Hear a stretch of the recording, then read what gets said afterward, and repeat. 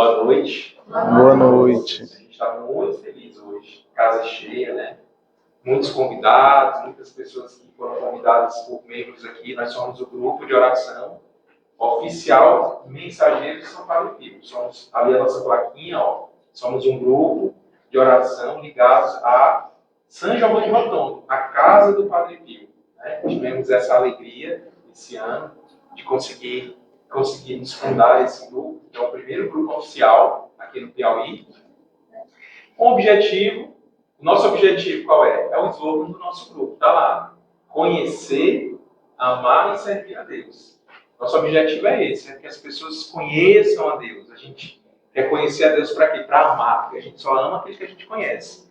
Não é isso? E conhecendo, amando, a gente quer servir. E isso é um serviço que a gente faz. Poder trazer aqui formações, né? Conhecimento, para que a gente possa fortalecer a nossa fé católica. Aqui, todas as quintas-feiras, nós nos reunimos após a missa, né? Depois da missa das 19 horas, nós nos reunimos às 20 horas e temos formações com o Padre Rivaldo, que é o nosso diretor espiritual. Ele faz uma formação com a gente em teologia ascética, né? Então, ele vai conduzindo a gente no caminho de santidade, nos ensinando como chegar ao céu. E nos dias em que o Padre Rivaldo não pode, por algum compromisso, a gente sempre faz questão de trazer, aproveitar, né, para trazer formadores, pregadores, convidados que nos trazem conhecimentos também em outros temas e outras áreas. Estamos recebendo novamente aqui, pela segunda vez, virou um amigo querido, né? Devoto de São Padre Pio, agora também. Padre Pio está perseguindo ele, né? E aí, o João, quem já assistiu, né? Todo mundo aqui que já assistiu uma pregação ou uma formação com o João sabe de quem eu estou falando, né? Quem não assistiu, tenho certeza, se prepare o coração, se vocês vão sair daqui hoje bem diferentes. E hoje nós vamos, então, falar sobre a Santa Missa. O João preparou essa formação em 2 etapas, né? Muito conhecimento, ele tem muita coisa para passar, talvez até 2 sejam ainda poucos, né? Pelo tanto de coisas que a gente precisa aprender. Mas quem sabe, né? Sejam 2, pode virar 3, 4, né? Então, vocês, olha, já tem um compromisso, tá? De na próxima quinta-feira, a segunda etapa, estarmos aqui, né? E fiquem também já convidados para virem nas outras formações com o Padre Rivaldo, embora a gente esteja numa caminhada, nada impede de você entrar na caminhada e continuar com a gente. Semana passada, né, tivemos ali uma amiga que começou, tá bom? Então vamos ficar de pé, vamos colocar as nossas mãos no ao João e vamos rezar uma Ave Maria pedindo a sua proteção, a proteção de nós todos, a inspiração do Espírito Santo para que venha e traga para a gente esse momento tão importante, tão esperado por nós durante toda a semana. Ave Maria, cheia de graça, o Senhor é convosco. Bendita sois vós entre as mulheres, bendito é o fruto do vosso ventre, Jesus. Santa Maria, Mãe de Deus, rogai por nós, pecadores, agora e na hora de nossa morte. Amém. João, seja muito bem-vindo mais uma vez. Bem, Espírito Santo. Eu ia deixar para ele. Então, obrigado pela acolhida. Vamos fechar os nossos olhos, ainda em clima de oração, que você possa ir acalmando o seu coração, a sua mente, de toda a correria do dia a dia, daquilo que nós vivenciamos hoje. Que o Espírito de Deus que está dentro de nós, ele possa nos devolver toda a concentração que necessitamos para bem vivermos esta formação.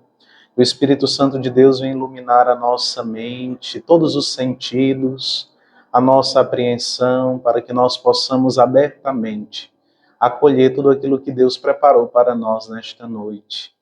A Ele que não está longe, que não está fora, que não está lá em cima, mas que quis fazer de cada um de nós, pelo batismo, sua habitação. Ele que está dentro de nós, caminha lado a lado conosco. Vamos invocar a sua luz, vamos invocar a sua fortaleza, Vamos invocar toda a plenitude da sua graça, os dons infusos e efusos do seu Espírito Santo. De mãos erguidas ao céu, rezemos juntos: Vinde, Espírito Santo, enchei os corações dos vossos fiéis e acendei neles o fogo do vosso amor. Enviai, Senhor, o vosso Espírito, e tudo será criado, e renovareis a face da terra.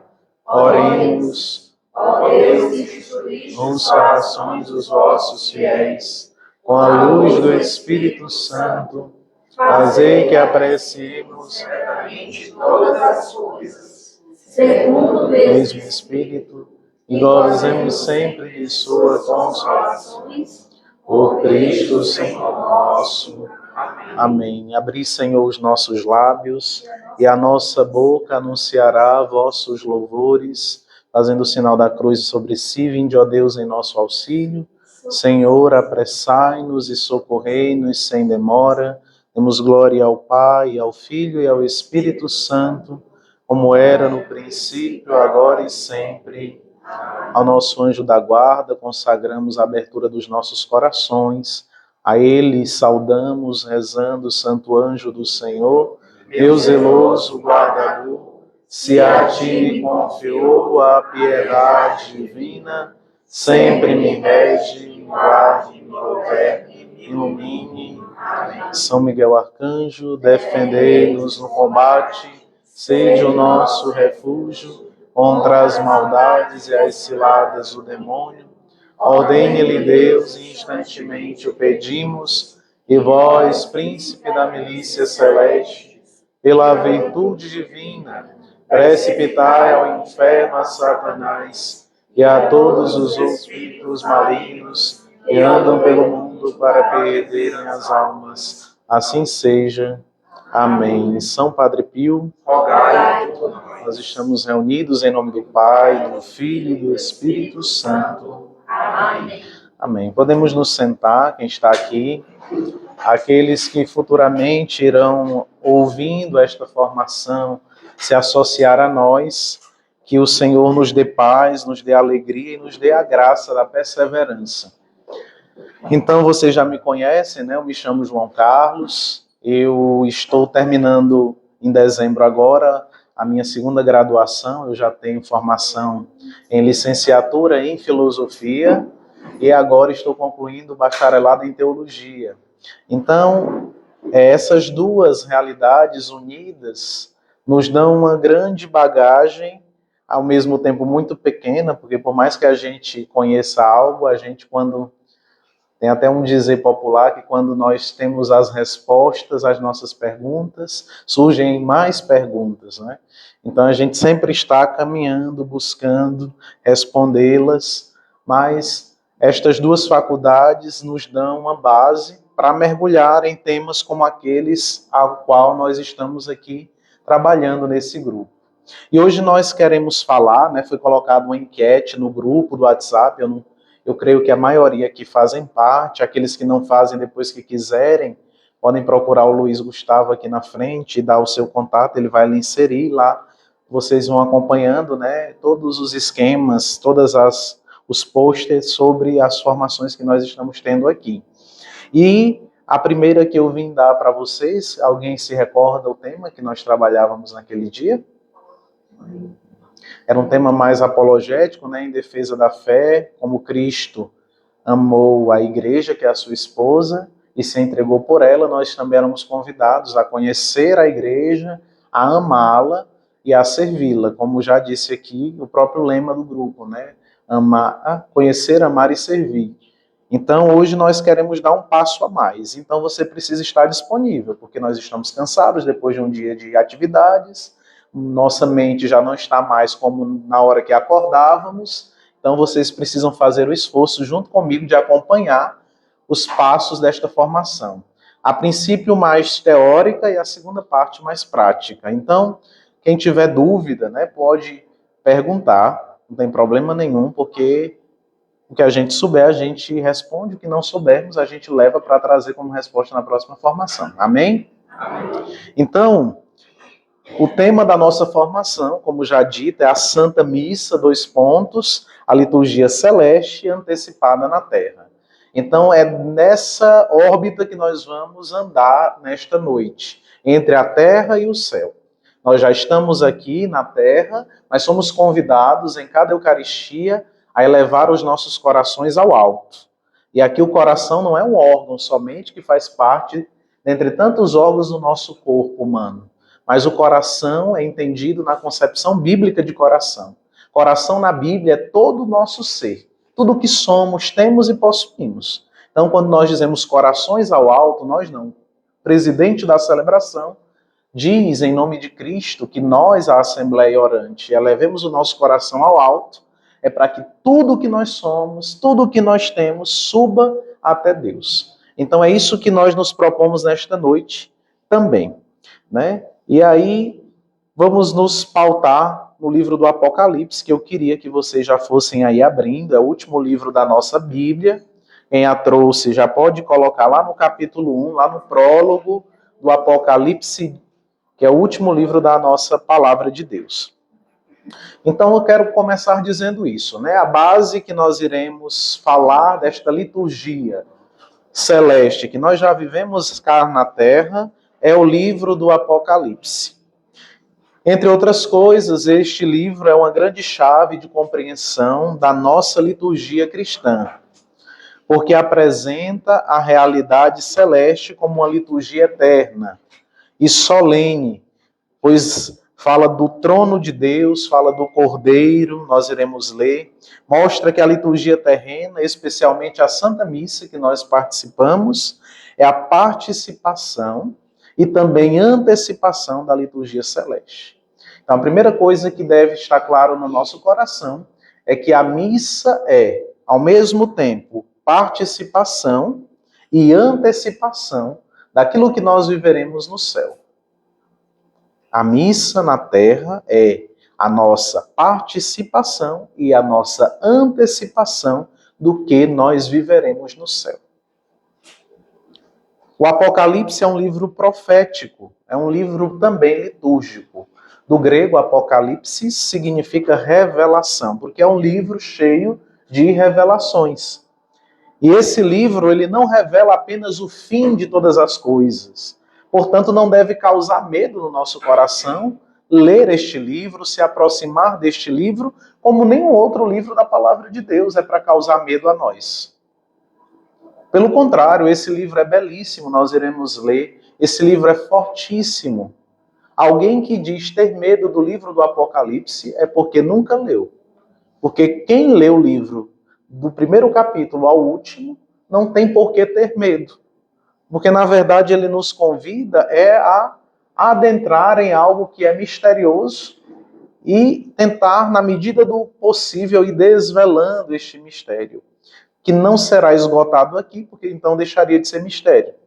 Mas que nós iremos ter uma compreensão total no depois daqui, a qual todos nós estamos caminhando. Então, o medo talvez que venha porque tudo aquilo que nós não conhecemos nos causa medo, sim ou não? Sim.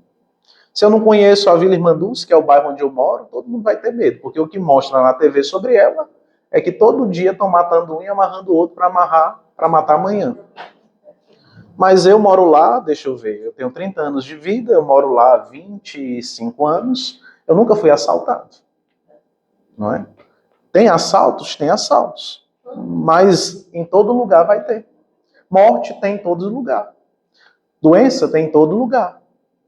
Então, lá está suscetível, assim como em qualquer lugar de Teresina e do mundo inteiro, né, dona Ana?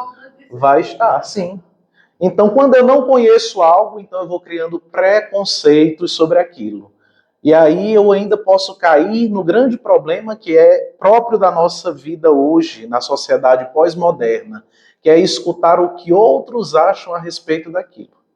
Então eu abro aqui no YouTube e boto o que é o livro do Apocalipse. Aí vai ter lá vários pastores, vários padres, dizendo a sua visão acerca do livro do Apocalipse.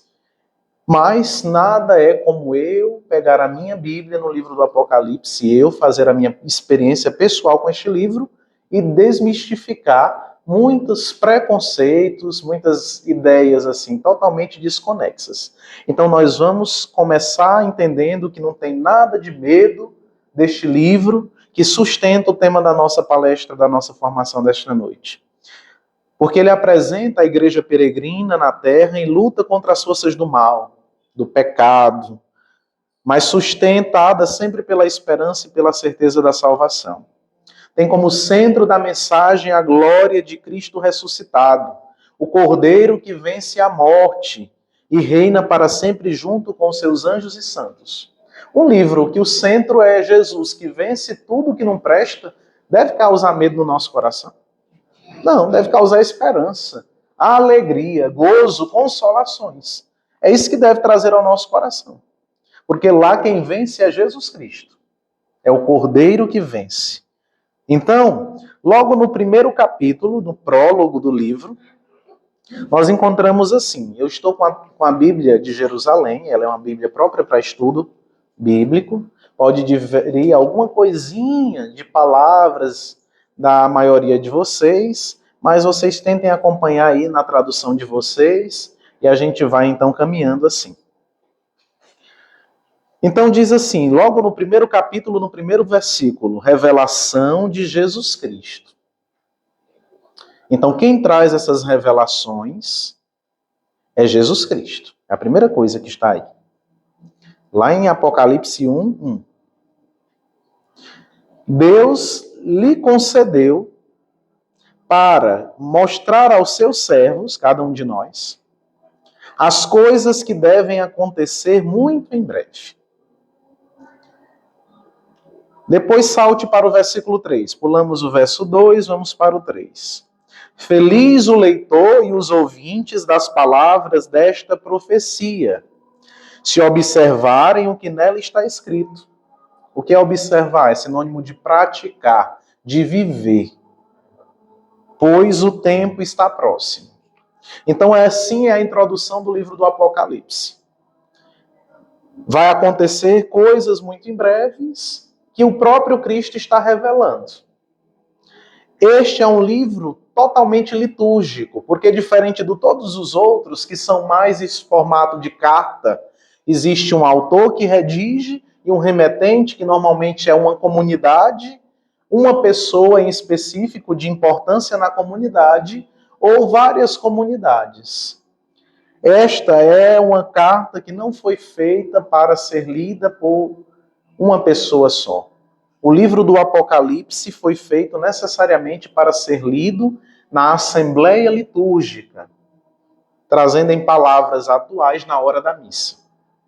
Por isso que aqui no versículo 3 eu fiz questão de ler, feliz o leitor e os ouvintes das palavras desta profecia. Então supõe que vai ter alguém como eu estou aqui nesse púlpito lendo, e os ouvintes estarão aqui ouvindo. E este que proclama esta palavra, e aqueles que a ouvem, acompanham isso uma promessa. Qual é a promessa? De que se nós a observarmos, nós seremos então felizes. Feliz o leitor, feliz os ouvintes das palavras desta profecia, se nós a colocarmos em prática na nossa vida. Então há uma promessa de felicidade a todo aquele que ouve esta palavra. Então não tem por que ter medo, a promessa é de felicidade, sim ou não? Alguém pode ler aí o versículo 3 para mim, de outra tradução que não seja a minha? Só para eu sentir como é que está o texto aí, que não seja de Jerusalém. Alguém que esteja uma Ave Maria, uma pastoral. Essa aqui é parecida. Ave Maria, vamos ver a Ave Maria, versículo 3. Feliz o leitor e os ouvintes se observarem as coisas nela escritas, porque o tempo está próximo. É muito similar, não é? Então há uma promessa de felicidade se eu proclamo esta palavra e se eu a ouço, não é? Se eu a escuto. É um pouco? Leia aí. Feliz quem Por favor. lê e aqueles que escutam as palavras desta profecia e que guardam as coisas que nela estão escritas, pois o tempo está próximo. Pronto. Mas quer em qualquer uma, né? O que é que vai concordar em todas? Que é feliz quem ouve e quem fala desta palavra. porque existe um tempo que está acabando. Que guarda essas coisas por escrito. E que vivencia, que guarda, que pratica, não é? Então nós saltamos aí para o versículo 4. Eu não iria ler isso, mas eu vou ler só para a gente não ficar saltando os versículos, porque pode ficar muito chato, né? Então o versículo 4 diz: João, as 7 igrejas que estão na Ásia. Né? Então existem 7 igrejas na Ásia, a qual se destina este livro, e há um autor que provavelmente é João. Sejam bem-vindos. Agora, ninguém sabe que João é esse. Há quem diga que é João, o mesmo autor das 3 cartas e do Evangelho. Há quem diga que é um outro João. O mais correto entre quem estuda as Sagradas Escrituras, os exegetas, é de chamar o vidente de Pátimos. É assim que os maiores estudiosos do livro do Apocalipse denominam esse que recebe as visões deste livro. É o vidente de Pátimos, porque ele tem visões e ele está geograficamente situado em uma ilha chamada Pátimos, que está na Grécia. Então, porque esse João aqui, nós não temos com certeza que João é. E João era um nome muito comum naquela cultura judaica helenística. O nome Johannes, do grego João, era muito comum. Como é hoje até hoje. João tem em todo canto. Tem algum João fora eu aqui? Não é só eu. Mas é essa a divergência. Uns dizem que pode ser, outros dizem que não temos como provar que é. Porque aqui não diz João apóstolo, não é só diz João. Também dizem que pode dizia que era ele para dar mais credibilidade. Também, porque tinha esse recurso, de atribuir a alguém que já era conhecido da comunidade a inscrição do texto, porque todo mundo sabendo que é daquela pessoa, então é confiável, podemos ler. Mas há uma grande divergência. Para nós, o mais importante não é quem escreveu. Para nós, o que importa é a mensagem escrita, que esta vem-nos com a promessa de que seremos felizes se a anunciarmos a outros, se nós a ouvirmos em primeiro e a colocarmos em prática na nossa vida. Então, a João, as 7 igrejas que estão na Ásia, a vós graça e paz da parte daquele que é, daquele que era e daquele que vem, e da parte dos 7 espíritos que estão diante do seu trono. Aqui não são 7 pombinhas voando diante do trono de Deus. Aqui é um único espírito que para o autor sagrado é setiforme. O que é isso, João? 7 é o número bíblico designado aquilo que é completo, que é perfeito, que é total. Então ele está dizendo que o Espírito de Deus é perfeito e é total. E aí ele usa, é um livro cheio de figuras de linguagem, de muitas metáforas, que nós temos que fazer uma grande concentração para compreender os detalhes. Então, quando ele diz, e há os 7 espíritos que estão diante do seu trono, é o único espírito, que é o de Deus. Porém, este espírito é 7 porque é perfeito. E o número 7 significa esta perfeição.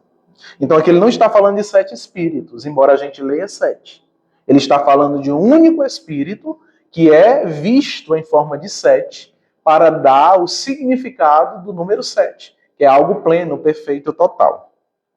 E da parte de Jesus Cristo, a testemunha fiel. Então, Cristo ele não é qualquer coisa. Cristo é a testemunha fiel, o primogênito dos mortos, o príncipe dos reis da terra, aquele que nos ama e que nos lavou de nossos pecados com seu sangue e fez de nós uma realeza de sacerdotes para Deus, seu Pai, e a ele pertence a glória e o domínio pelos séculos dos séculos. Amém.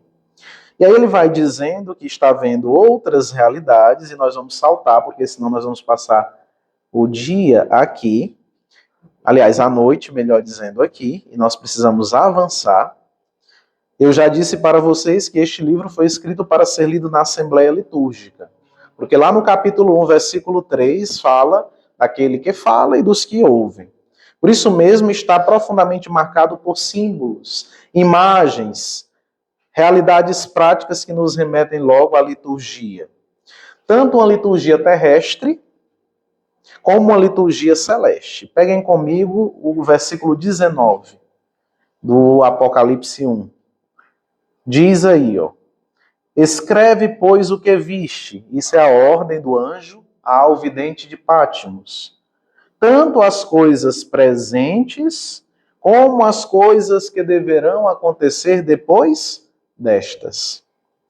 Liturgia terrestre, as coisas presentes. Liturgia celeste, as coisas que irão acontecer depois destas. Então nós vemos que aqui o autor sagrado, ele faz uma conexão, dona Ana, e cada um de nós, daquilo que nós já vivemos agora e que nós iremos viver ainda mais depois daqui. Então existe algo que ele vai ver, o anjo que está conduzindo ele nesta visão, diz para ele: olha, presta atenção, escreve tanto as coisas que estão acontecendo agora, no momento presente. Portanto, nós podemos falar de uma liturgia terrestre e daquelas que deverão acontecer depois destas. Não está aí falando de uma que é agora, no presente, e uma que será depois destas? Então, nós já vivemos uma liturgia no presente, é a liturgia da terra. Mas virá uma liturgia depois desta, que é uma liturgia celeste, e que o autor aqui nos convida a prestarmos atenção. E aí nós saltamos, né? Aqui teria muita coisa para apresentar se nós tivéssemos uma formação bíblica sobre o livro do Apocalipse. Como nós queremos falar de aspectos litúrgicos, nós temos que saltar um pouco os bíblicos, porque senão nós não vamos andar, e saltamos para o capítulo 4, aonde nós então teremos uma visão de como é no céu a liturgia celeste. Então ele vai entrando, ele vai escrever as 7 igrejas da Ásia, várias orientações a pedido do próprio Cristo, que é a testemunha fiel. Ele não está escrevendo em seu próprio nome. É muito importante a gente lembrar que é em nome da testemunha fiel, Jesus Cristo, que era, o que é e o que sempre será, que esse livro está sendo escrito, o livro do Apocalipse. E lá no capítulo 4, nós então podemos tomar a leitura. Para que não fique só eu lendo, né? Alguém de outra Bíblia pode iniciar, e a gente vai lendo o capítulo 4, que tem 11 versículos, cada um lê um versículo, tá bom? Você lê um versículo em voz alta, né, em um bom tom, e espera o irmão continuar no próximo versículo. Começando por, né? Isso. Só um minutinho, nem pega o microfonezinho ali lá embaixo, para que a gente saia o áudio também. Ah, tudo bem. Então eu vou iniciando enquanto ele vai vindo, para a gente ganhar tempo, não é? Depois disso, tive uma visão. Havia uma porta aberta no céu. E a primeira voz que ouvira falar-me como trombeta disse: sobe até aqui, para que te mostre as coisas que devem acontecer depois destas. Então nós vemos aqui que ele está na terra, quando tem essa visão, e a voz que o aparece convida ele a subir, a sair da liturgia que ele já tem uma percepção na terra. Sobe até aqui, diz o versículo, para que eu te mostre as coisas que devem acontecer depois destas que você conhece. Então nós vemos aqui que todos nós, na hora da missa, somos convidados a já aqui fazer essa subida das coisas da terra para adentrarmos nesta porta que se abre no céu, como nos diz o primeiro versículo do capítulo 4 do livro do Apocalipse. Versículo 2. Imediatamente fui tomado pelo Espírito e vi no céu um trono e no trono alguém sentado. Aquele que estava sentado parecia uma pedra de jaspe e cornalina. Um arco-íris semelhante a uma esmeralda envolvia o trono. Ao redor desse trono havia outros 24, e neles estavam sentados 24 anciãos, vestidos com roupas brancas e coroas de ouro na cabeça. Alguém continua? E do trono saiu relâmpagos, vozes e trovões, e 7 tochas de fogo, que são os 7 Espíritos de Deus, queimavam diante do trono. Diante do trono havia uma espécie de mar límpido, tão transparente como o cristal. No meio do trono e a seu redor estavam 4 seres vivos, cheios de olhos na frente e atrás. O primeiro animal vivo assemelhava-se a um leão, o segundo a um touro, o terceiro tinha um rosto como de um homem, e o quarto era semelhante a uma águia em pleno voo.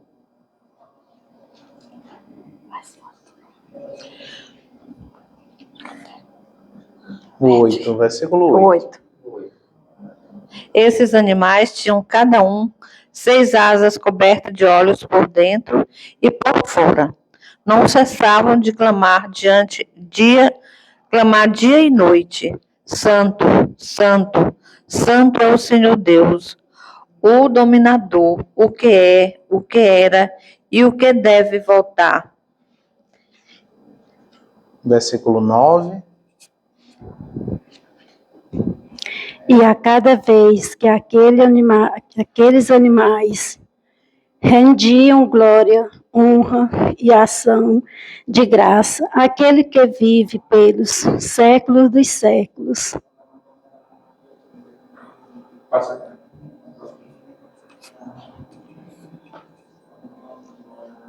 Os 24 anciãos inclinavam-se profundamente diante daquele que estava no trono e prostravam-se diante daquele que vive pelos séculos dos séculos.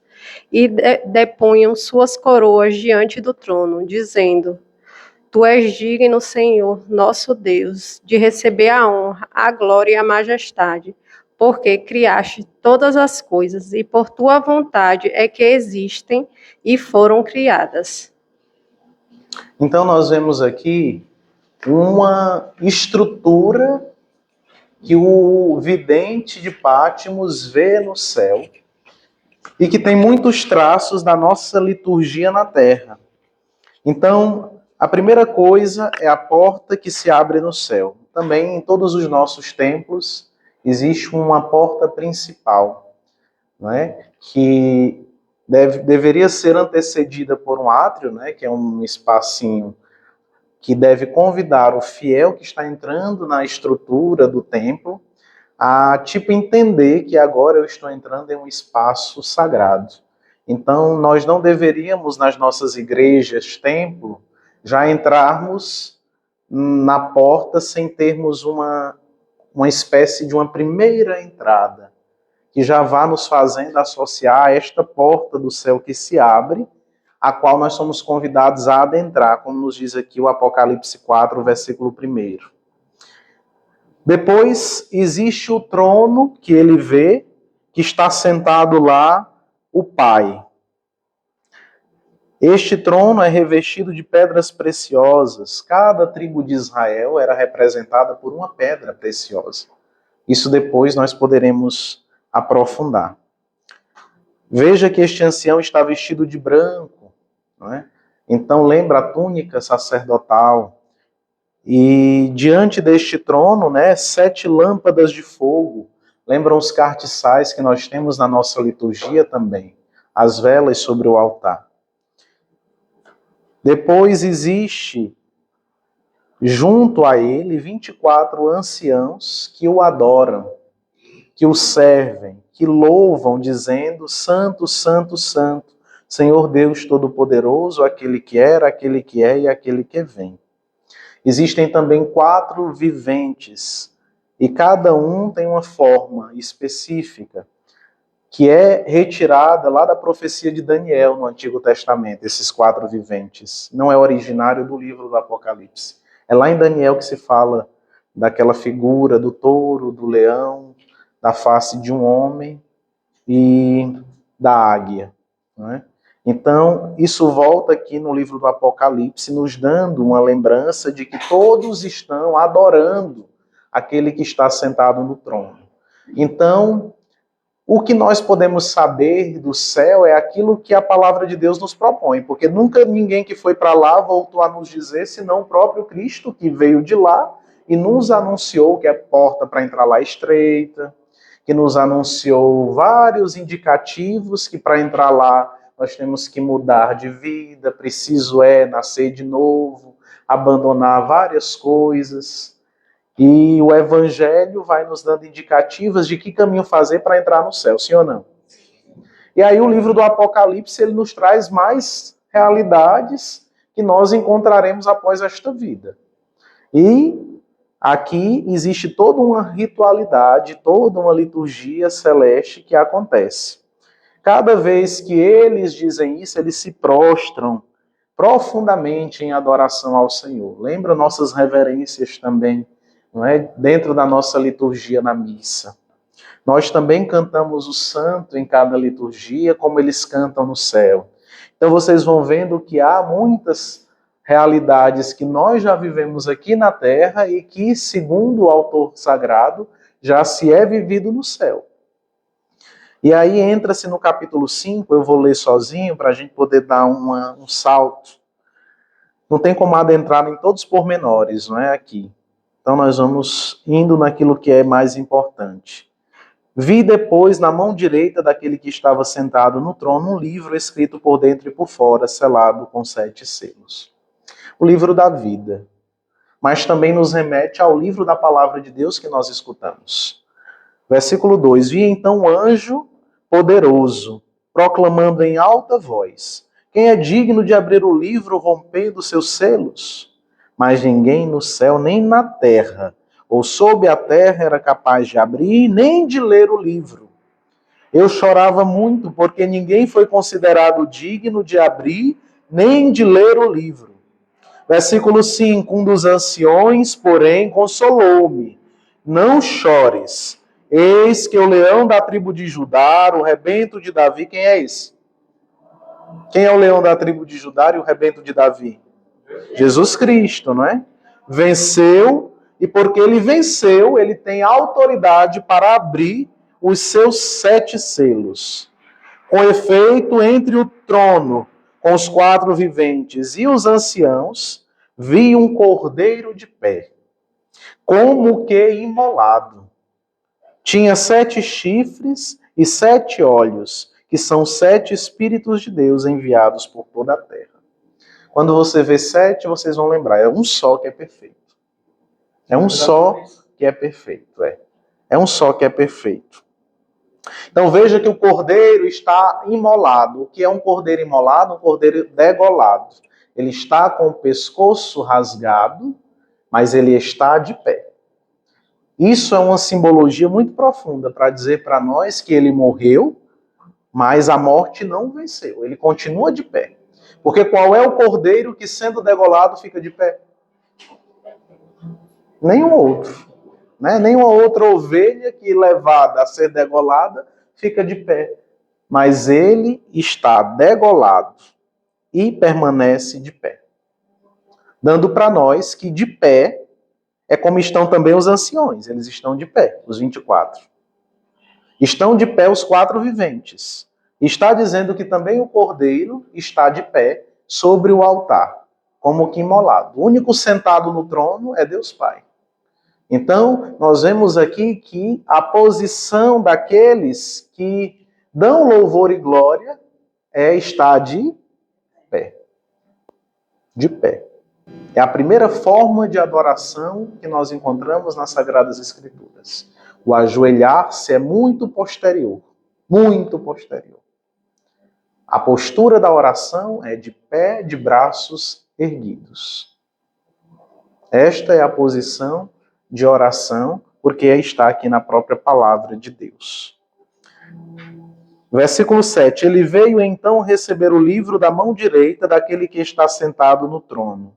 Ao receber o livro, os 4 viventes e os 24 anciãos prostraram-se diante do Cordeiro, cada um com uma cítara e taças de ouro, cheias de incenso. Que são o quê? São as orações dos santos. Dizem alguns por aí que os santos, eles estão todos dormindo no céu, esperando o retorno de Jesus na sua parousia, na sua segunda vinda. Aqui nós vemos totalmente o contrário, porque está todo mundo de pé, em ações, fazendo atividades, adorando o Cordeiro, que está de pé sobre o altar, como que imolado, e eles estão tendo nas mãos taças de ouro, e nestas taças sobe incenso. E o incenso é símbolo da oração dos santos. Então, os santos não estão lá no céu, dormindo, esperando Cristo vir uma segunda vez. Aqui está claro para nós, no versículo 8 de Apocalipse 5, que eles estão acordados, eles estão vivos, eles estão adorando o que está sentado no trono e ao Cordeiro, porque se prostram, fazem reverências, cantam cânticos com doxologias, que são glórias, hinos de louvores, declarando que realmente só Ele é digno, só Ele é poderoso, só Ele é santo. E nas suas mãos, taças de ouro cheias de incenso, que são as orações dos santos. Eles cantam cânticos, e não é um qualquer cântico, eles cantam um cântico novo, um cântico que agrada ao Senhor. Digno és tu de receber o livro e de abrir os seus selos, pois foste imolado e por teu sangue resgatastes para Deus homens de toda tribo, língua, povos e nações. E deles fizestes para nosso Deus uma realeza de sacerdotes, e eles reinarão sobre a terra. Em minha visão, vi ainda o clamor de uma multidão de anjos. Então, no céu também tem anjos que circundavam o trono, os viventes e os anciãos. Então, nós podemos imaginar aqui como é o espaço. Existe um trono, na frente do trono um altar de ouro, do lado tem 12 anciões do lado direito, 12 anciões do lado esquerdo, 24 anciãos representando as 12 tribos de Israel, que representa, para esse contexto, todos os viventes. Os 4 seres vivos estão à frente dos 24 anciãos. Então nós podemos ver aqui uma divisão, podemos imaginar uma divisão no presbitério do céu, aonde há Deus Pai sentado no trono, à frente o altar, ao lado 12 anciãos, na frente os viventes, mais à frente os santos com taças de ouro, que são com incenso, que são as suas orações, e aí entra mais os anjos em volta. Vocês estão conseguindo visualizar esta realidade? Como é bela?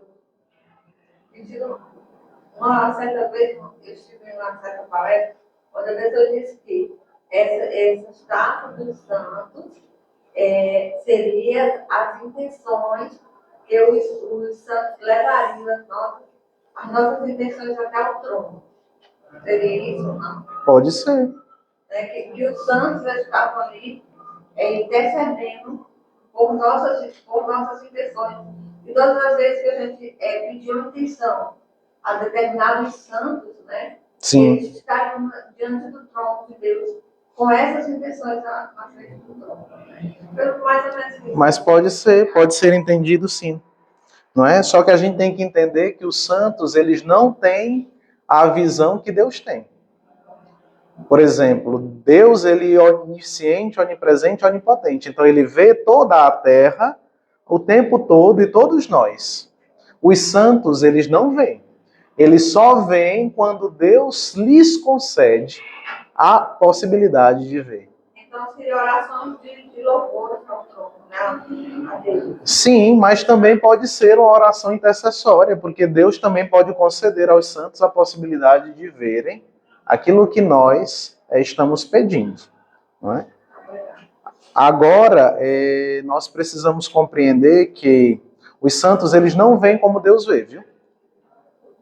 Eles veem Deus face a face, é verdade. Nós vimos aqui que eles não estão deitados, esperando lá na rede Jesus voltar à segunda vinda para se levantar, para serem julgados, para saber quem vai para o céu e para o inferno, como se acredita, não é, a doutrina protestante. Não. Nós, ao morrermos, temos já, depois da morte, o nosso juízo particular, a qual, naquele juízo primário, o Senhor vai mostrar tudo aquilo que nós já temos consciência que fizemos, e é nós mesmos que vamos ou ir a Ele para vivermos eternamente com Ele, ou irmos para a condenação eterna. Lembrando que quem vai para o purgatório já é certeza do céu. Não é? Então, estando no céu, os santos veem Deus face a face. Mas não pense que lá no céu vai estar todo mundo pastorando a vida dos seus familiares. O que é que estão fazendo na hora dessa? Né? Não. Lá estão todos voltados para aquele que está sentado no trono e para o Cordeiro. Eles são o centro. Ninguém vai estar, meu Deus, como é que está meu marido? A mulher que já chegou primeiro. Ou o marido que foi. Cadê minha esposa? Será que está me traindo? Não é? Não existe isso. Lá todo mundo está acordado, vivo e tendo o que fazer. Que é adorar o Cordeiro, portanto, não é? Então que a gente não fique criando coisas que vão existir no céu, porque não é bem assim. Em minha visão, versículo 11, ouviu ainda um clamor de uma multidão de anjos que circundavam o trono, os viventes e os anciãos. Seu número eram de milhões e milhares de milhares. Quantos anjos tem no céu, meus irmãos? Milhões, milhares de milhares. Proclamavam eles em alta voz: digno é o Cordeiro imolado de receber o poder, a riqueza, a sabedoria, a força, a honra, a glória e o louvor. E ouvi toda criatura no céu, na terra, sob a terra, no mar e todos os seres que neles vivem proclamarem. Veja que a união das liturgias. Enquanto no céu, milhares de anjos entoam: digno é o Cordeiro imolado de receber o poder, a riqueza, a sabedoria, a força, a honra, a glória e o louvor. Cá na terra, ouviu-se também os que estão na terra dizerem: àquele que está sentado no trono e ao Cordeiro pertence o louvor, a honra, a glória e o domínio pelos séculos dos séculos. Então, quer na liturgia do céu, quer na liturgia da terra, nós rendemos a Deus o louvor, porque Ele é digno. E os quatro viventes diziam amém, e os anciões se prostravam e o adoravam. Capítulo 6. Vi quando o Cordeiro abriu o primeiro dos 7 selos. E vi o primeiro dos 4 viventes dizer como um estrondo de um trovão: vem. Vi então aparecer um cavalo branco, cujo montador tinha um arco. Deram-lhe uma coroa a ele e partiu vencedor para vencer ainda. Então, aqui ele vai continuando falando de toda uma realidade que a gente não vai entrar nos detalhes, porque senão nós não vamos sair daqui. Saltemos para o versículo 9. Quando abriu o 5º selo, então são 7 selos. Cada selo que se vai abrindo, vai acontecendo uma série de realidades. Abriu-se aqui no versículo 9 o 5º selo. Quem é que está abrindo, João, o 5º selo? Quem foi o único considerado digno?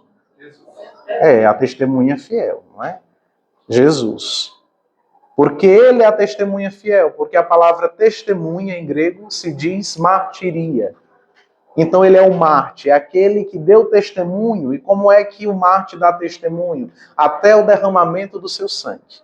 Então, se nós temos os mártires da nossa igreja, o maior mártir, a testemunha fiel, é Cristo Jesus. O primeiro e o exemplo do mártir por excelência. Aquele que dá testemunho da palavra. E que nos convida a também, se preciso for, dar com o nosso sangue testemunho desta palavra que nós já temos conhecimento. E que somos convidados a amá-la e a servi-la. Então, quando abri o 5º selo, vi sobre o altar. Então, existe um altar no céu, viu? Assim como nós temos na nossa igreja na terra, no céu tem altar. Ou então nós vamos ter que rasgar o livro do Apocalipse. Né? Tocar fogo e dizer que isso aqui não é Bíblia. Porque tem tanto na nossa como em todos os demais cristãos tem este livro. Então, temos que ser de comum acordo que existe um altar no céu. Aí vão dizer, mas no céu não tem pedra. No céu não tem... É por isso que disseram que o altar é de ouro. não é de mármore, não é? É de ouro o altar. Ah, mas não tem, é simbólico o ouro. É simbólico porque também não tem ouro no céu. Mas é para que a gente entenda que é tão reluzente e aquilo que mais próximo na terra nós podemos comparar ao brilho que tem no altar do céu é o ouro. O ouro, não é bem polido, reluz. Então, assim é o altar do céu. Não é ouro, mas o que nos faz lembrar que nós temos conhecimento e acesso cá na terra daquilo que não tem no céu, mas que é o ouro. Então, o altar é de ouro. E aí, as almas dos que tinham sido imolados por causa da palavra de Deus e do testemunho que eles tinham prestado, clamavam em alta voz: Até quando, ó Senhor, santo e verdadeiro, tardarás a fazer justiça, vingando o nosso sangue contra os habitantes da terra? A cada um deles foi dada então uma veste branca. E foi-lhes dito também que repousassem por mais um pouco de tempo, até que se completasse o número dos seus companheiros e irmãos, que seriam mortos como eles. Não é? Então aqui é o exemplo do mártir, o cristão verdadeiro. O repousar por mais um tempo não é dormir. O repousar por mais um tempo é sinônimo de continuarem esperando. Porque vocês viram que ninguém lá está dormindo. Assim como em Gênesis capítulo 1, quando diz que Deus no 7º dia descansou, não é descanso, porque ele não se cansa. Se ele se cansa, não pode ser Deus. É uma metáfora para dizer que nós é que precisamos de um dia de descanso. Por isso Deus parou de suas atividades da criação e ele descansou não porque ele se cansou de criar, mas ele está dando um dia de descanso para as suas criaturas, porque ele sabe que nós, o homem e a mulher, precisávamos parar. E lá no Antigo Testamento é o sábado, e no Novo Testamento é o domingo. Não é? E como é que se sabe, João, que é o domingo? O próprio livro do Apocalipse fala, é porque eu pulei. Ó. Deixa eu ver aqui.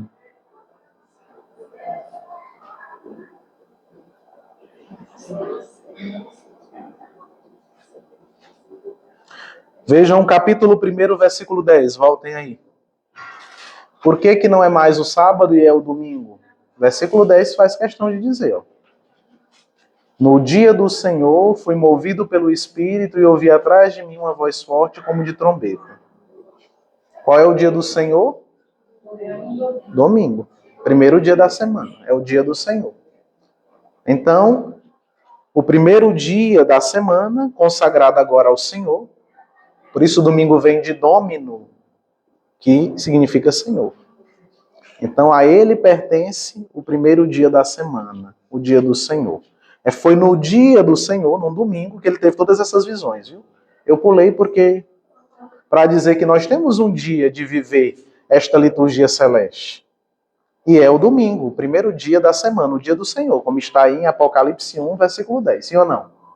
Sim. Ah, eu vou terça-feira na novena da Vila Operária, mas se não vai domingo na missa, na sua comunidade, não fez nada. Não valeu nada a sua novena da terça, me desculpe. Mas é a verdade. Primeiro, o que é uma novena se trata de algo devocional. E a Santa Missa é uma realidade que nós já vivemos aqui, porque viveremos ela depois daqui. Então, nós precisamos ter muita atenção a essa realidade. Né?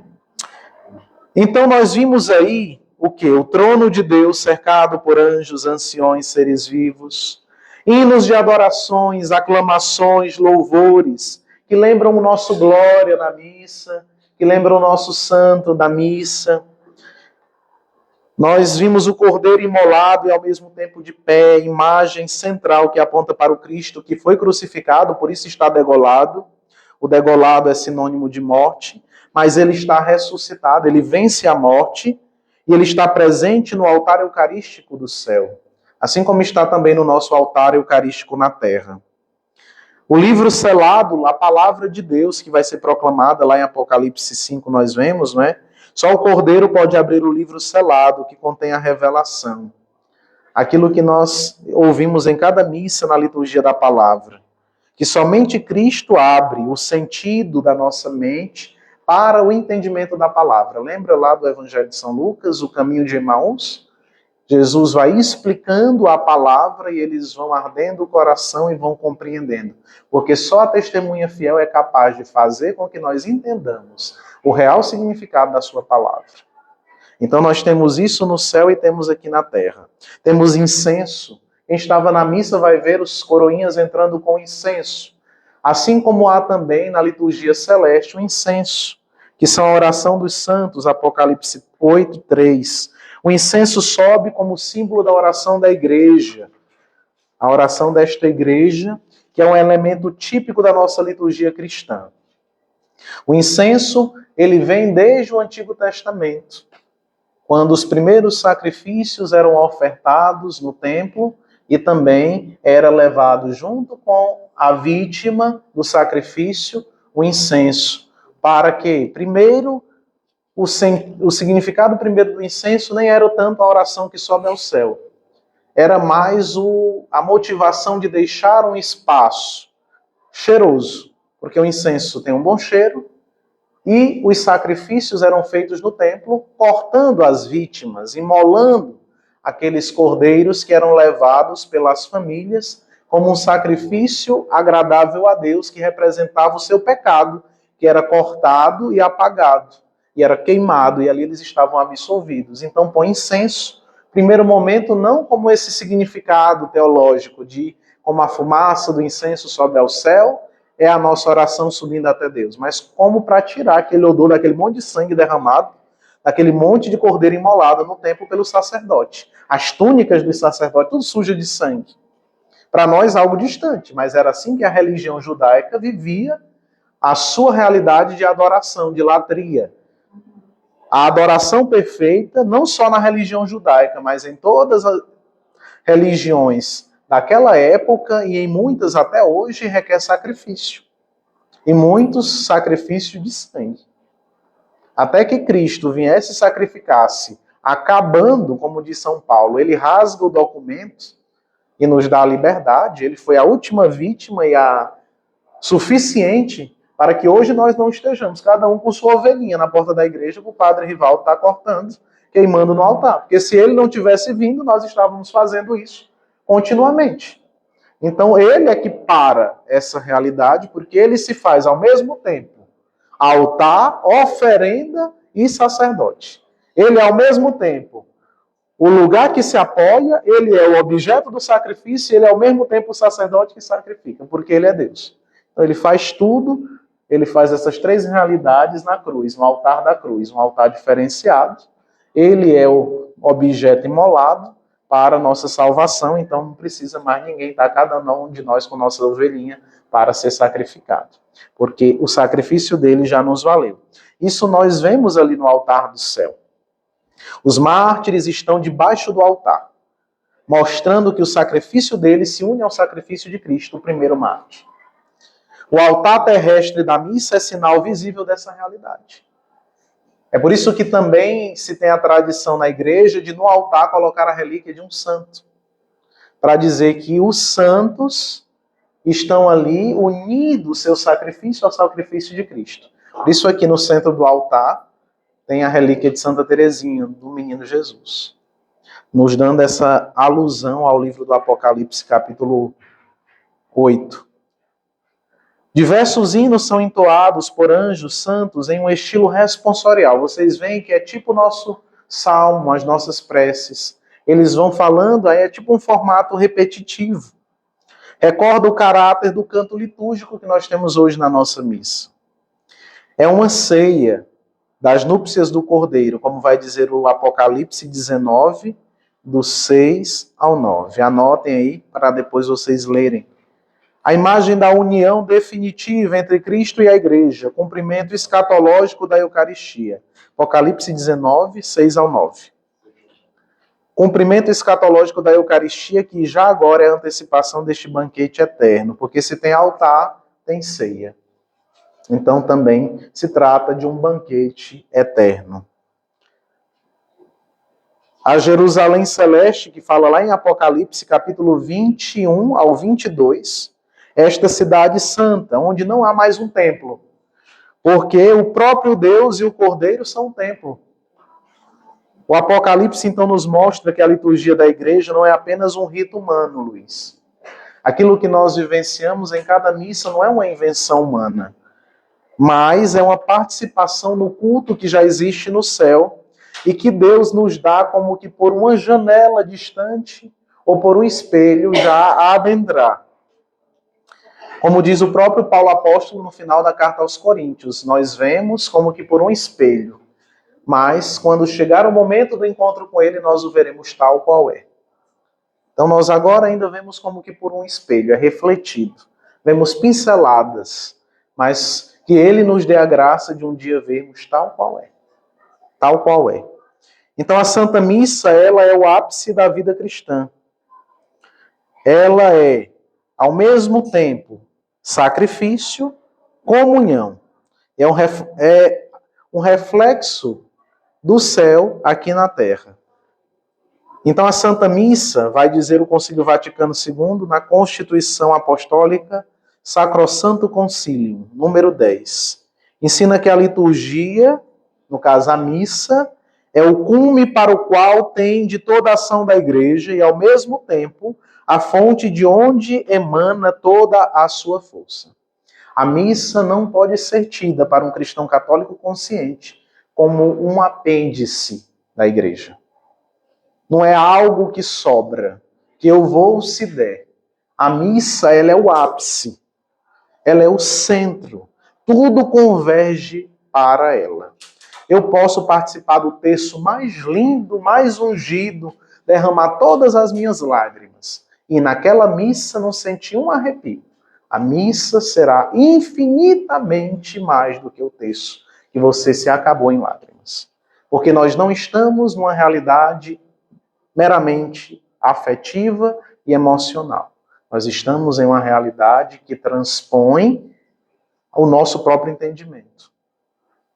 Nem nós que estudamos sobre a missa chegamos nem de longe a compreender o que de fato está acontecendo. Porque se assim nós compreendêssemos, vai dizer São João Maria Vianney, se nós soubéssemos o que é a missa, morreríamos de amor. Teríamos um infarto fulminante, todo mundo, diante. Se nos fosse dado uma visão assim daquilo que está acontecendo espiritualmente na hora da missa. Porque nós só vemos o que podemos apreender, não é? Nossa visão é muito limitada. Como se tivesse uma cangalha aqui do cavalo, que não... aliás, a viseira que tampa aqui a nossa... Nós só vemos assim, né? Aquilo que... E mal, porque às vezes a gente está tão preocupado com o que tem para fazer daqui a pouco, da comida que tem para dar para os filhos, algo que tem que ser organizado no trabalho, as coisas que não deram muito bem no dia, e eu estou aqui na missa só de corpo presente. O corpo está presente, mas a cabeça está flutuando. Então eu não chego a ver... Então pode fechar totalmente. Então eu só vejo assim. Não é? Mas se nós tivéssemos a graça dada por Deus de vermos na missa o que acontece, esta comunhão da igreja terrena com a igreja padecente, que são as almas do purgatório, com os santos do céu, nós morreríamos de um infarto, porque nós não aguentaríamos. É muito forte, é muito grande, é muito potente. Então a missa não é um apêndice, a missa é o centro. Olha aí para quem está do seu lado e diga, a missa é o centro. Isso. Então a Santa Missa é o ápice da vida cristã. Quem é que afirma isso? Sacrosanto Concilium, que é um documento do Vaticano II, número 10. Celebrar a missa não é apenas recordar um fato do passado, mas é tornar presente o sacrifício de Cristo que é eterno. Uma vez feito na cruz, é eternizado em cada missa. A missa é ao mesmo tempo 3 coisas. Primeira coisa que a missa é, e gravem bem no coração e na mente de vocês, ela é ceia do Senhor. Ela era uma ceia judaica que Cristo transformou ao mudar as palavras da oração que qualquer judeu fazia. Eles faziam orações específicas, tinham 4 cálices, cada cálice havia uma bênção específica, e quando chegou então no terceiro cálice, o cálice da bênção, Cristo tomou por um ímpeto do Espírito de Deus, mudou a fórmula da bênção e disse algo que não se tem na ceia judaica. Isto é o meu corpo. Isso não tem. Isto é o meu sangue. É mais uma oração de graça. Nós te louvamos, Senhor Deus, pelo pão, fruto do trabalho do homem. E nós te agradecemos e bendizemos, Adonai, Senhor nosso Deus, pelo vinho, fruto da videira. E pronto, aí cada um passava o cálice e tomava. Eram ações de graças assim. Jesus, então, quando chega no terceiro cálice, o cálice da bênção, porque na ceia judaica tem 4, ele então muda o script que desde criança ele viu seus pais fazerem e era para fazer também. E todo mundo olha ali sem entender nada e diz, algo está acontecendo aqui de diferente. Então, ali iniciava aquilo que hoje nós celebramos, a Eucaristia, a Santa Missa. Então ela é ceia do Senhor. Mas também ela é a atualização do sacrifício da cruz. O sacrifício da cruz, ele é presentificado, não é repetido. Porque se eu repito, eu estou dizendo que o primeiro não teve validade, não precisa de repetição. Traz as ovelhinhas de novo. Não precisa repetir. Mas nós atualizamos, presentificamos. E é a antecipação da liturgia celeste. Então é ceia, é a atualização do sacrifício de Cristo na cruz, e é a antecipação daquilo que nós viveremos no céu. Em cada missa, aqui na terra, eu antecipo o que viverei no céu. Então, essas 3 coisas. Por isso, da última ceia, Cristo institui, naquela noite em que foi entregue, aquilo que nós teremos como a missa depois. Em 1 Coríntios 11, vamos abrir nossa Bíblia, primeira carta aos Coríntios, sai do Apocalipse e vem voltando. 1 Coríntios, capítulo 11, nós teremos a narrativa mais antiga do Novo Testamento acerca da ceia, que Jesus instituiu a Eucaristia. E é Paulo que nos narra na primeira carta aos Coríntios, capítulo 11, versículos 23 ao 26. Eu já vou lendo e vocês vão encontrando aí e vão tomando a leitura quando encontrarem. Com efeito, eu mesmo recebi do Senhor e vos transmiti. Na noite em que foi entregue, o Senhor Jesus tomou o pão e depois de dar graças, partiu e disse: isto é o meu corpo, que é para vós. Fazei isto em memória de mim.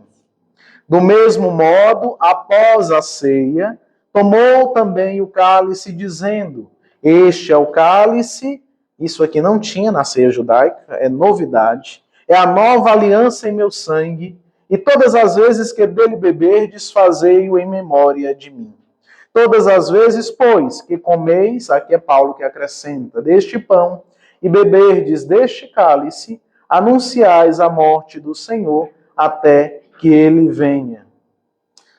Vamos ainda no versículo 28, para aumentar em nós a nossa consciência eucarística, já que hoje na igreja nós celebramos a memória litúrgica de São Pio X, o Papa que instituiu a Eucaristia para crianças. Ele que fez um catecismo, todo com perguntas e respostas, para ajudar estas crianças a conhecerem a Eucaristia. Por conseguinte, que cada um examine a si mesmo antes de comer deste pão e beber deste cálice, pois aquele que come e bebe sem discernir o corpo, come e bebe a própria condenação. Então não estou comendo um pedaço de pão e nem tomando ou sentindo, junto com o pão, gosto de vinho somente. É gosto de vinho, é gosto de pão. A matéria se mantém igual, porém acontece ali um acidente em termos filosóficos, e que há uma substância diferente. A matéria é a mesma, antes e depois. Porém, a substância muda. A substância muda. João, como é que uma substância muda? Olhe para você. Pegue uma foto sua com um ano e olhe para você hoje. Sua substância mudou. Cada ano você foi mudando. E até o último ano da sua vida, sua substância vai mudar. Agora, o que não mudou? Não mudou aquilo que está dentro de você, aquilo que é essencial a você, a sua alma. Ela é indestrutível. O corpo, que é a matéria, passa por mutações e será destruído. Mas o que está dentro é que é indestrutível, irá para Deus. Então, a mesma, talvez usando esse exemplo até muito vulgar para dizer que a gente vê o pão e vê o vinho, foram consagrados, é corpo e sangue de Cristo. Eu ponho na boca, é gosto de pão, é gosto de vinho. Mas houve, sim, uma mudança na substância. Por quê? Porque ele pode, ele quis e ele fez. Né? E é mistério da fé. Por isso, se é mistério, nós não temos como explicar totalmente. Nós só temos como, de longe, e aceitar que é mesmo, porque a igreja assim o diz, mas ela diz porque o próprio Jesus falou, isto é o meu corpo. Ele não disse, isso aqui simboliza, parece, talvez seja, não é? Não, isto é. E se é, é. Aquilo é o que é. Pronto. Não é? Então, vamos um pouco mais adiante. Eu queria muito começar com questões práticas aqui, mas eu não posso, porque eu tenho que pular tudo isso que é teoria. Mas para vocês verem como será bom a próxima quinta, não é? Eu vou parar aqui só para dar umas indicativas para vocês, né? Na hora da missa, existe então, a missa ela é dividida em uma estrutura, né? Liturgia da palavra, liturgia eucarística. Todos nós já temos essa percepção, essa noção. Dentro da liturgia da palavra, nós temos anterior os ritos iniciais. E depois da liturgia eucarística, nós temos os ritos finais. Então fica assim, 2 grandes liturgias, um rito introdutório e um rito conclusivo. Amém. Aonde é que começa a missa? Então a missa começa com os ritos iniciais. Nós normalmente aqui temos um comentarista que vai nos introduzir com um breve parágrafo aquela celebração que nós estamos iniciando. Então nós todos de pé, como estão os anciões do céu diante do altar, devemos voltados, eles estão voltados para a porta do céu, vocês viram que o autor sagrado diz que tem uma porta no céu, né? Lembram? Ou nós temos que ler de novo para vocês recordarem? Lembram que o versículo começa lá no capítulo 5, dizendo que ele viu a porta do céu. Os anciões, os seres vivos, os anjos, os santos, com as taças de ouro, eles estão voltados para esta porta do céu ou para o Cordeiro? Então, por que é que nós estamos nos virando para a porta? Eu não entendo isso. Porque não tem instrução nenhuma no missal romano, não há instrução litúrgica nenhuma dizendo que os fiéis devem se voltar para a porta. Você tem que estar olhando para o altar, que é o centro de onde também aquela procissão está em direção. O padre converge para o altar, os ministros extraordinários para o altar, os coroinhas para o altar. Agora se criou uma moda que eu não sei, começa todo mundo rachando bonito e vai fazendo, sabe? Repetindo. Mas não tem fundamento bíblico, litúrgico, teológico nenhum. Pelo contrário, é até desconexo do sentido teológico. Porque se no céu todos estão voltados, só um instante, Kátia, para o Cordeiro e o altar, por que que eu estou querendo... É a mesma coisa do vidente, deixar de olhar para o Cordeiro e ficar olhando para a porta. Seria contrário. Então, primeira coisa, eu vou falar a próxima quinta bem de todos os detalhes. Posturas, o rito litúrgico que é belíssimo, a fala acompanha os gestos. E tem muitas vezes que a gente fala e o gesto não acompanha. Então nós vamos para as questões práticas, vocês não vão cochilar. Mas eu preciso primeiro da teoria, por isso que eu dividi em 2. Porque primeiro nós entendemos a teoria para depois ir para a prática. Mas a primeira coisa, para vocês não estarem fazendo nas próximas missas, não é? Quando vamos ficar de pé, cantemos. Pois fique de pé virado para o altar, criatura. João, mas antigamente era assim. De uns tempos para cá, que a gente percebe que inventaram de voltar para cá. Quem inventou? Olha, tem que olhar para você. Pronto, é. Tem que olhar para você. O foco não é a porta e quem está entrando. O foco é o altar, onde está o crucificado, que é o cordeiro imolado. Então é para lá que deve estar nosso corpo, nossa atenção, nossos sentidos. Quem me vê na missa deve dizer assim, esse é do contra, porque todo mundo está para cá e eu estou para lá, porque eu vim foi para cá. Não é? Então, sim. Mas sabe, João, eu acho que falta muitas orientações. Por isso que essa formação é importante. Porque assim, nós estamos tendo o privilégio de ouvir isso aqui. Mas ninguém tem essa oportunidade. A maioria das pessoas da Assembleia, ela não tem essa A própria rubrica que está lá nos ritos iniciais do Missal, que é o livro do altar, está dizendo, de pé, voltados para o altar, o padre adentra o templo, né, ou a nave central, enquanto se entoa o introito da missa, que é porque a gente canta os cantos de entrada, mas a orientação litúrgica é que se cante um versículo do Salmo que está lá como introito. Mas pode ser também o canto de entrada, né? Não tem regra. Eu não estou dizendo, a Bíblia está dizendo a liturgia. Esse fato Nós vimos. As pessoas olharem para trás, aquele primeiro cortejo onde entra o padre, o ministro. A liturgia tem 4 procissões. Na nossa liturgia católica romana, que é a que nós conhecemos, porque existem vários ritos que não sejam nossos. Existem 4 procissões. A primeira é a de entrada, quando o padre entra com aqueles outros ministros que vão junto com ele servir o altar. Essa daí, ao invés de a gente estar acompanhando... Olhando para a porta, nós devemos que olhar para o altar. Não é? É só um instante, porque senão... só um instante. Só um instante. Veja bem, ela está na fila ali, viu? Pode passar. Quando for falar, fala no microfone, pega o microfone para ela. Ali, ó.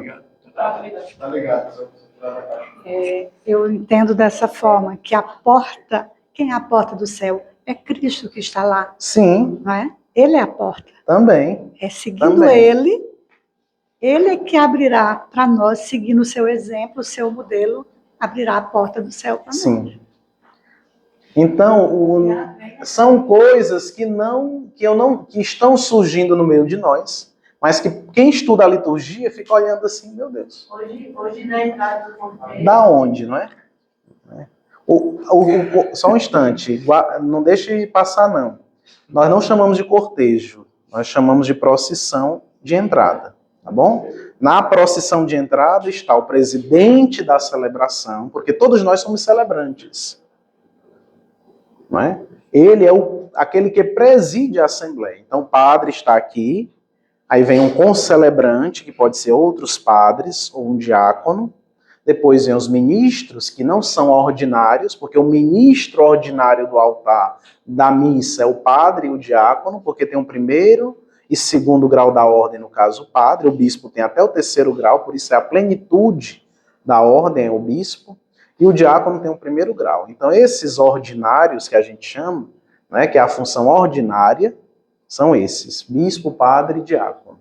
Os extraordinários, né, nós temos aqui alguns no meio de nós, que são delegações. Como o ordinário não tem condições de, por exemplo, distribuir a Sagrada Comunhão a todos pela quantidade de fiéis, então se delega o extraordinário para fazer esta função. Então vem, né, na procissão, né, a procissão nossa já começa errado muitas vezes, porque a primeira coisa que devia ir na frente era a cruz.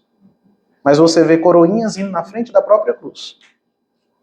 Então, tudo deveria vir atrás da cruz. E o coroinha que leva a cruz, né, que é o cruciferário, é a função dele, ele deve ir puxando toda esta procissão de entrada.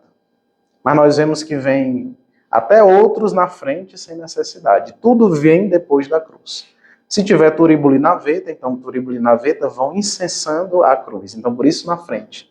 Mas depois do turíbulo, que é aquele, né, de ferro, onde se põe as brasas quentes, e a naveta, que é uma espécie de barquinho, onde se tem um incenso, eles vão na frente, a cruz, depois toda a procissão.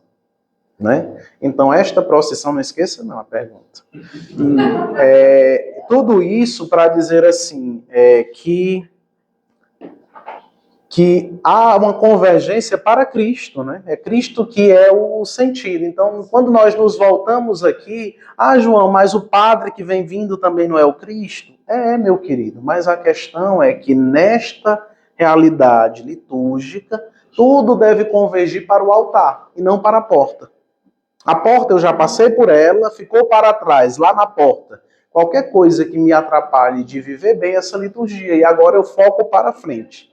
Eu posso até pegar a palavra de Paulo lá que diz, me desapegando das coisas que já passaram, que ficaram para trás, eu me lanço naquilo que está por vir. Então, você tem que focar no que está à sua frente, o altar. Porque lá no céu, na liturgia celeste, é assim. Todos estão voltados para o altar. Aí, claro, uma hora esta procissão vai entrar. Então, você não precisa estar esperando, olhando. Não, você fique aqui voltado para o centro. Tudo para o centro. Converge para o centro. A procissão vai passar, convergindo para o centro. E quando chegar lá no altar, né, tudo vai convergir para Jesus Cristo, que é o sentido desta liturgia. E aí nós vamos entrar em todos os detalhes, a reverência, o beijo, na próxima quinta. Não, é sobre a entrada do padre. Inclusive, ele vai cumprimentando as pessoas, saudando as pessoas. E não deveria, porque ele não está ali para cumprimentar ninguém. Ele está ali para voltar-se para aquilo que será celebrado. Mas acontece muito isso. Então, ele deveria estar de mãos postas, porque é símbolo também de oração, na liturgia, as mãos postas, e entrar olhando para aquilo que é o centro, como está no céu os anjos, os santos, os anciãos, os 7 viventes, aliás, os 4 viventes. Então, a senhora sempre tem que ter visto o seguinte, existe um ideal e existe o real. O real não é?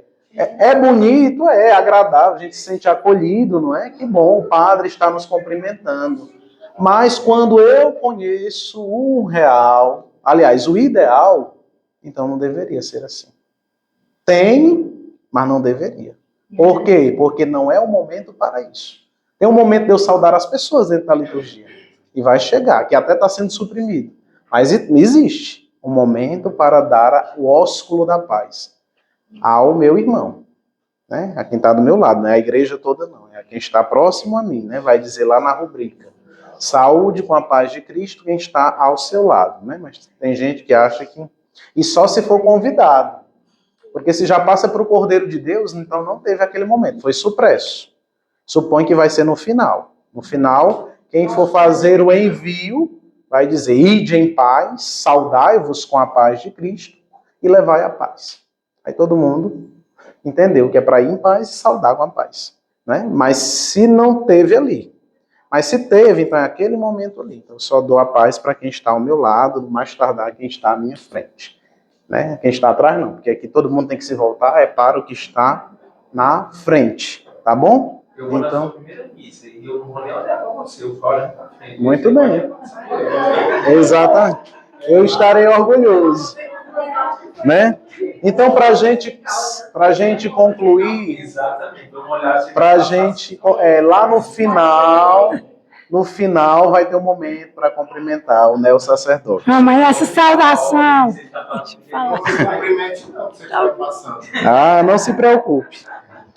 Então, só para concluir aqui, ainda tinha 6 paginazinhas para a gente adentrar, mas não tem como, né? Eu acho que vão ter que ser mais de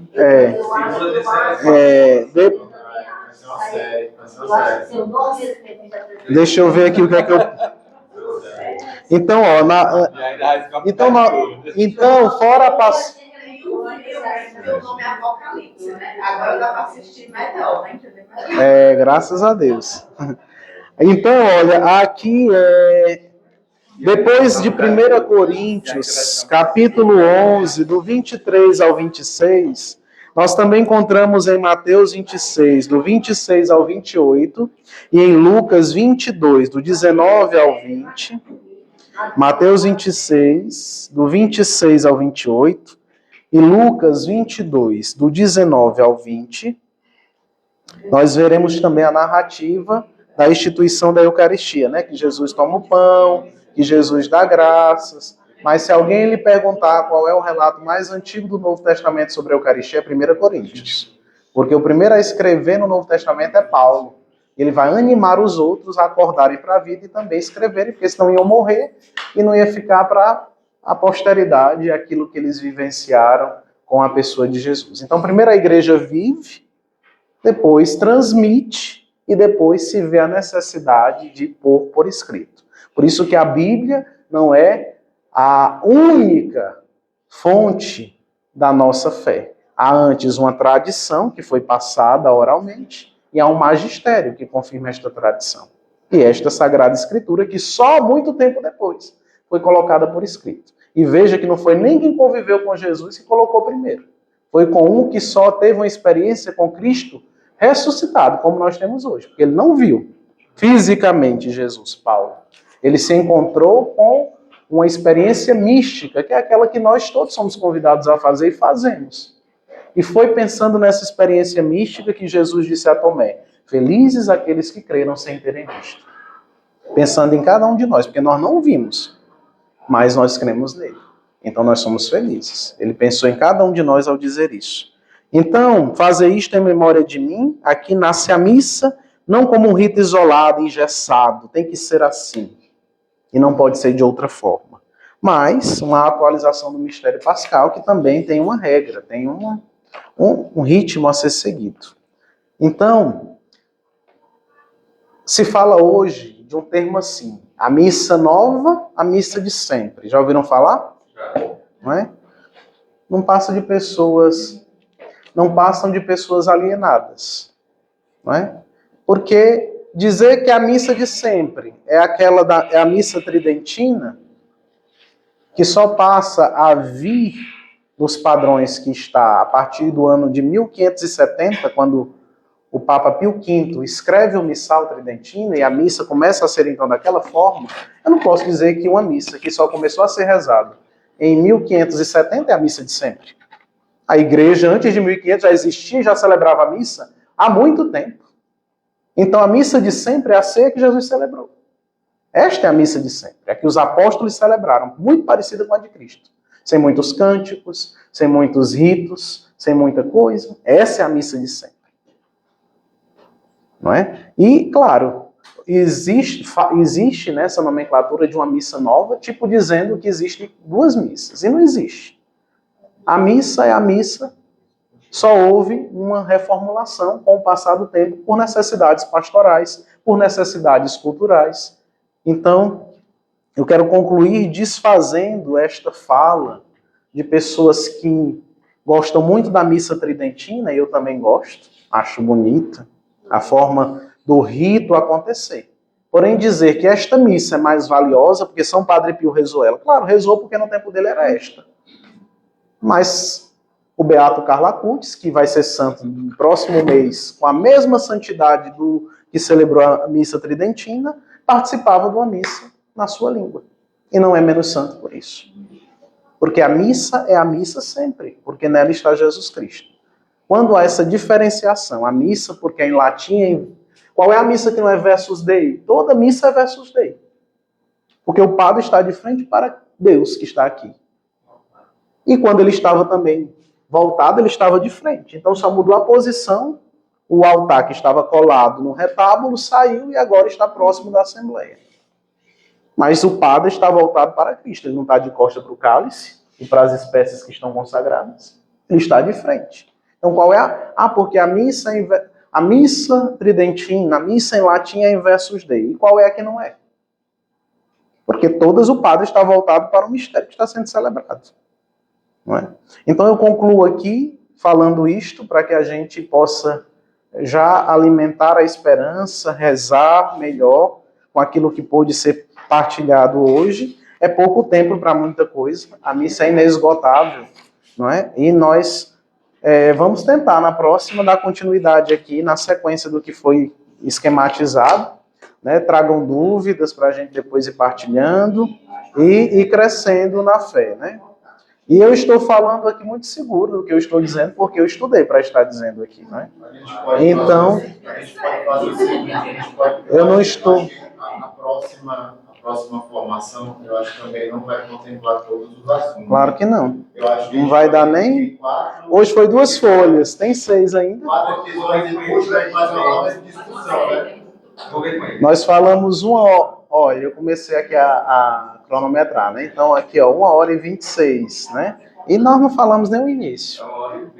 Aí, é porque começou com a fala dele, né? Eu digo, a minha começou 1 hora e 26, né?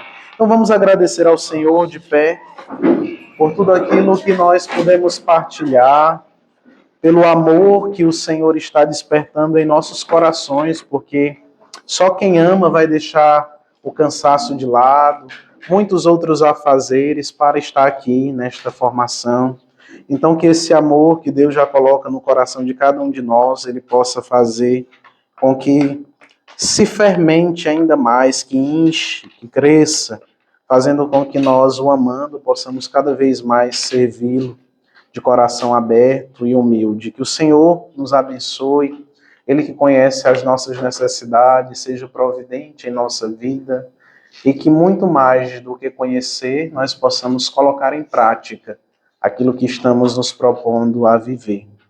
Nós consagramos a Nossa Senhora, a nossa formação, que ela possa, ela que entende mais da liturgia do que nós, e colocando na nossa mente aquilo que é essencial, gravando no nosso coração aquilo que precisamos observar, ela interceda pela nossa volta para casa, pelo restante da semana que temos, e que nós possamos continuar neste caminho de busca por Deus, porque nós só podemos amar aquilo que conhecemos. A ela nós consagramos a nossa vida, a nossa vocação, consagramos nossos sonhos, projetos, rezando Ave Maria, cheia de graça, o Senhor é convosco. Bendita sois vós entre as mulheres. Bendito é o fruto do vosso ventre, Jesus. Santa Maria, Mãe de Deus, rogai por nós, pecadores, agora e na hora de nossa morte. Amém. E o meu coração deseja te encontrar, como a terra seca anseia pela chuva.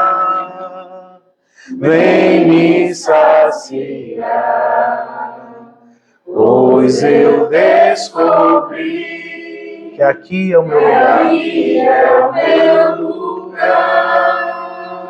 Ante isso para Jesus, o meu coração. O meu coração deseja te encontrar, como a terra seca anseia pela chuva. Vem me saciar, pois eu descobri que aqui é o meu lugar. O Senhor nos abençoe, nos livre de todo mal e nos conduza a um dia felizes à vida eterna. Em nome do Pai, do Filho e do Espírito Santo. Amém. Alguma vez?